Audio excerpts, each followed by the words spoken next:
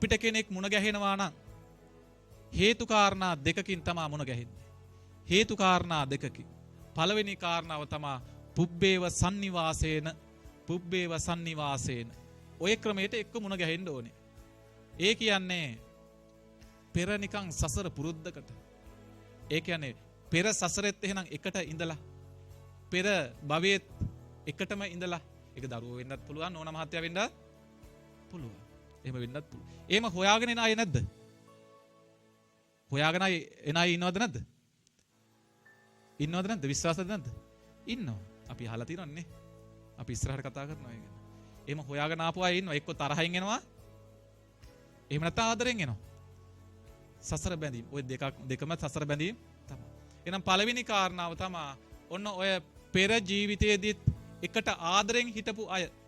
එහෙම නැත්නම් පෙර ජීවිතයේදීත් එක්ක වෛරයෙන් හිටපු අය. අර සමහරක් ආච්චි අම්මලා එහෙම ඉන්නවානේ. මැරුණත් තියනවද නැද්ද?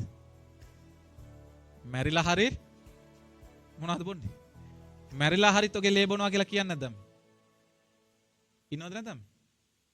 මෙහෙ නැද්ද එහෙමයි? ඉන්නවද නැද්ද? ඉන්නවානේ ඉතින්නේ. අය බොරු කියන්න ඕනේ නැහනේ.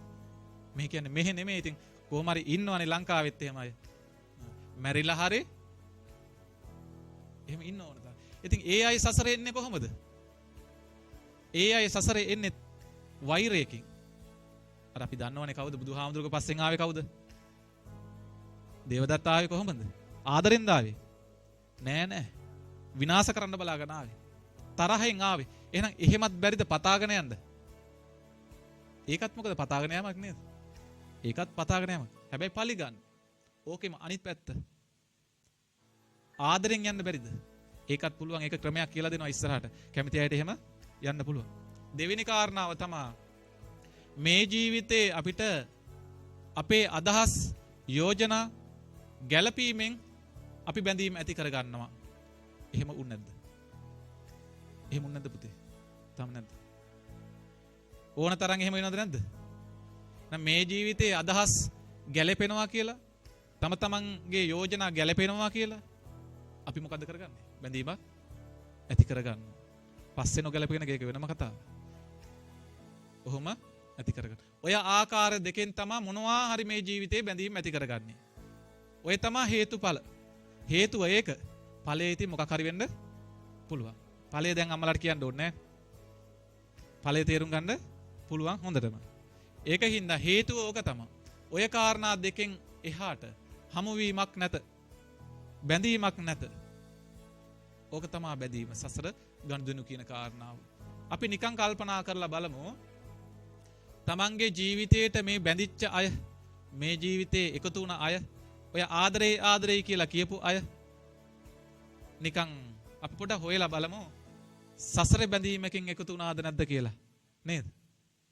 දැන් හිතර ගන්න තම තමන්ට ආදරය කරපු අය, එහෙම නැත්නම් බැඳීම් ඇති කරගත්ත අය දරුවෝ හරි කමන්නේ නැහැ. දරුවෝ හරි කමන්නේ නැහැ. දැන් තමන් කල්පනා කරලා බලන්න තමන්ට කොහොමද දැවුනේ? ඒ බැඳීමක් ඇති කරගන්නකොට. එහෙනම් ඉස්සෙල්ලාම තමන්ට මුණ ගැහෙනකොට තමන්ට මොකද්ද හුරුවක් දැනෙනවනේ? ඉතින් හරි නිකන් හරි හුරු පුරුදුයි වගේ ගතියක් දැනෙනවා. හුරු පුරුදුයි වගේ ගතියක් දැනෙනවා. දැන් අම්මලාට එහෙම දැනුණ අය නැද්ද අම්මේ? හිටියද එහෙමයි? තාම එහෙම ඒ අය ඉන්නවද?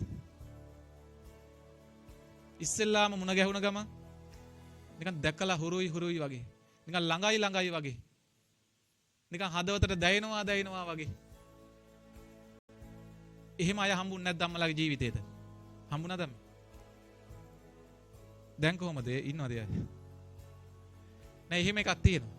එක්කෝ අපිට පුළුවන් ඕක බලන්න Tamanට හරි නිකන් හුරු පුරුදුයි වගේ ගතියක් දැනෙන්න පුළුවන්.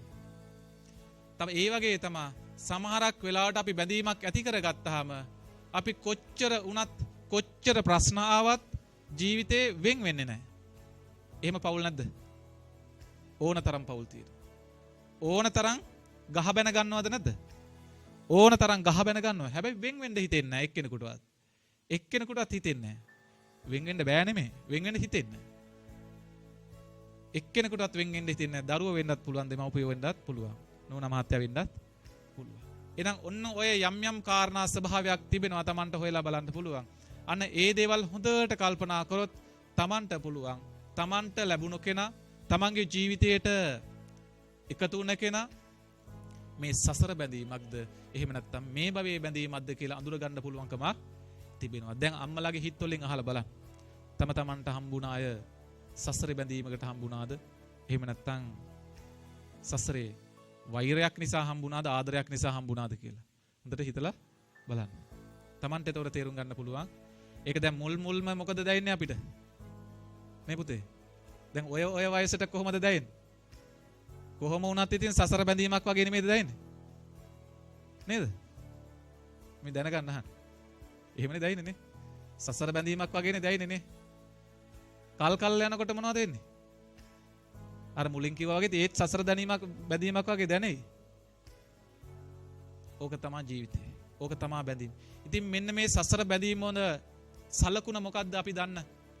එහෙම හරියටම ආපු අය කවුද? විශ්වාසයෙන් ආපු අය කවුද? කවුද අම්මේ? අපේ ජීවිතයට ගන්න පුළුවන් කවුද අම්මේ? යසෝදරා දේවිය. සිද්ධාර්ථ කුමාරයා අහලා තිනේ. ඔක්කොම බෞද්ධ මෙතන ඉන්න අයනේ. කොහොමද ආවේ නේද? අසංකේය කල්ප ලක්ෂ 4ක්. කාලයක් පුරාවට දෙන්න පොරොන්දුනා මතකද? දෙන්න පොරොන්දුනා. අද ඉඳන් මම බුදු වෙන ආත්මේ දක්වාම බුදු වෙනකම්ම මම පස්සෙන් එනවා. පලිගන්න නෙමෙයි. උදව් කරන්න. බුද්ධත්වයේ කෙරෙහි උදව් කරන්න. මතකයිනේ එදා දීපංකර බුද්ධ මූලයේ බිම්බා දේවිය පොරොන්දුවක් වුණා. සුමේද තාපසතුමාට නේද අහලා තින්නේ. විවරණ දෙන වෙලාව දීපංකර බුදුරජාණන් වහන්සේ විවරණ දෙන වෙලාවේ මෙතන අසංකේය කල්පලක්ෂ 4කටත් එහායින් බුද්ධත්වයට බත් වෙනවා කියලා කියනකොට ඕක අහගෙන ඉන්නවා ළඟම ඉන්න කවුද? ළඟම ඉන්න කෙල්ලෙක්. බුද්ධත්වයට පත් වෙනවා කියපුවම ලොතරැයියක් ඇදෙනවා කියලා නෙමෙයි. දැන් අපේ කට්ටිය කොහොමද දැන් කාලේ? එහෙම කිව්වොත් එන්නේ නැහැ. තව මාසෙකින් ලොතරැයියක් වාගේ ඇදෙනවා කියලා කිව්වොත් ප්‍රාර්ථනා කරනවද නැද්ද? කරනවා. එදා බිම්බා දේවිය එහෙම නෙමෙයි. එහෙනම් බුද්ධත්වයේ පත් වෙනවා කියලා කියපුවාම බිම්බා දේවිය අන්න ප්‍රාර්ථනාවක් කරනවා. එහෙනම් අන්න ඒ එදාට ඒ බුද්ධත්වයට පත් වෙනකම්ම අද ඉඳන් මේ සුමේද තාපසතුමාගේ බිරිඳ මම වෙම්වා කියලා ප්‍රාර්ථනා කරනවා. එහෙනම් ඒ රාහුල